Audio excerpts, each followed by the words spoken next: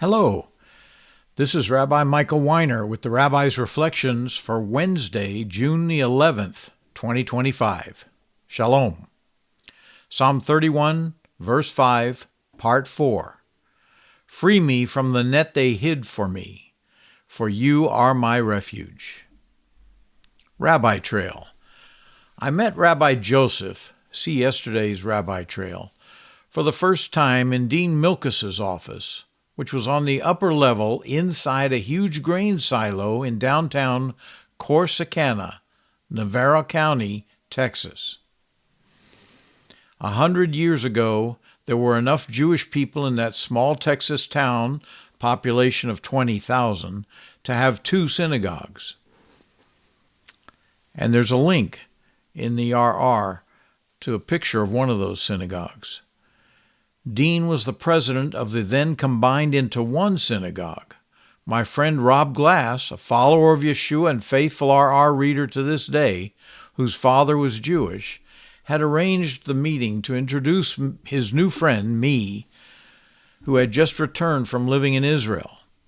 At that first meeting, I asked the synagogue president and the rabbi if I could be Messianic and a part of their traditional synagogue community. They asked Rob and me to leave the room while they conferred. Then they invited us back in to hear their verdict. Dean spoke. "You're welcome to join us. What you believe is your business. As far as we're concerned, when you're with us, you're Jewish." I spent a remarkable 2 years with them before moving on to Knoxville in early 1995, and the Rabbi Trail. The English translation says, "Free me." The Hebrew is hotzieni, meaning bring me forth. In other words, as is indicated, set me free.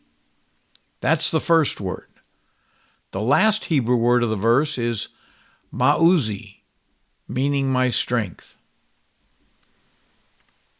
The lesson being communicated by this verse is that if we expect to be set free from the traps set by our enemies, parentheses, if we trust in Yeshua, his enemies are our enemies, close paren, we must learn to rely on his strength.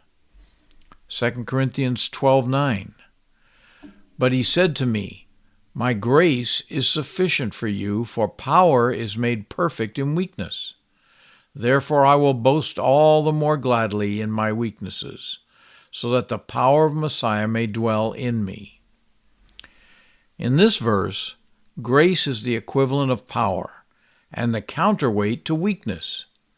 This connects grace to strength.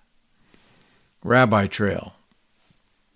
40 years ago, before I moved to Israel and before I lived in Corsicana, I woke from a dream still hearing the angels sing 2 Hebrew words repeatedly. They were singing Harachamon Gibor. I didn't know the meaning at that time, so I had to inquire. The merciful one, or gracious one, is mighty.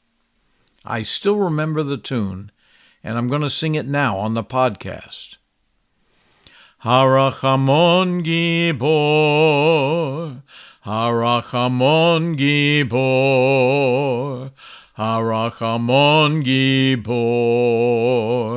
Harachamon Gibor, Harachamon Gibor, and so it goes over and over again. God has ordained these days to be intentionally difficult for everyone. Matthew 24, verses 21 and 22. For then there will be great trouble, such as not happened since the beginning of the world until now, nor ever will.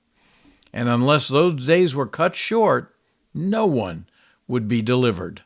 But for the sake of the chosen, those days will be cut short.